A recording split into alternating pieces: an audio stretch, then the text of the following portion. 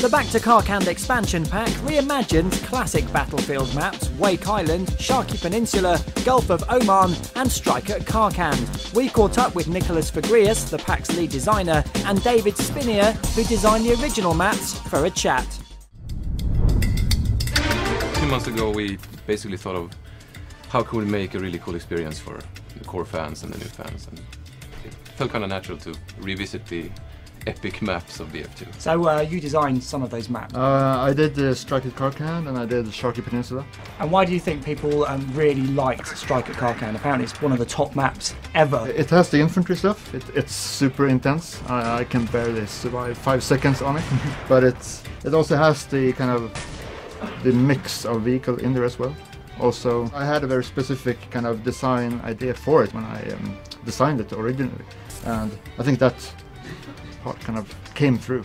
And Nicholas, you've been applying the Frostbite 2 touch to Strike at Karkand. How's that been for you?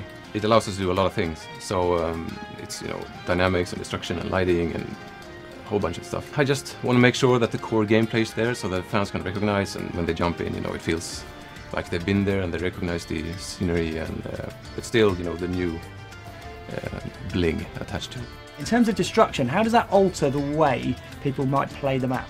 You can, you know, blow a hole in the wall if someone's hiding and no one is safe behind cover and so on. So that interesting, you know, new gameplay dynamic will be in Karkand as well, with the new one. So and that's one of the challenges, to make sure that fits with the core gameplay and make sure it's fun. And in terms of the vehicles, is it going to have the same vehicles that you put in there, or is it going to be different ones? You're going to see some of the old vehicles from BF2 and refamiliarize yourself with them. Do you think Frostbite 2 gives you more freedom in terms of being more creative with the Strike at Karkand map and the other 3 as well in the pack? Yeah, it does. It's a really dynamic engine, and we can do tons of stuff.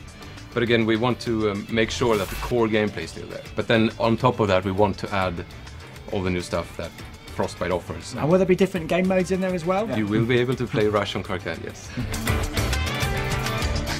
So ultimately for you guys, what do you think is more rewarding? Starting afresh and coming up with some new map designs, or maybe changing one that already exists, such as Strike at Karkand, and giving it a new lease of life? Personally, and this is just me, I love creating new maps, but it's been really interesting, kind of rewarding to see these guys work on something I did. I think we got a new audience just releasing BC Bad Company 1 and Bad Company 2 for consoles.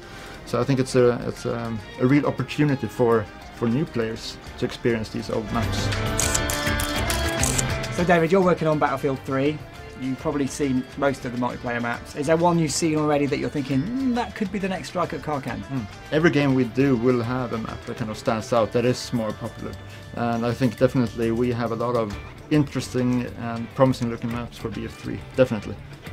Kind of in the same vein with the infantry experience and the urban settings, so it looks very, very promising.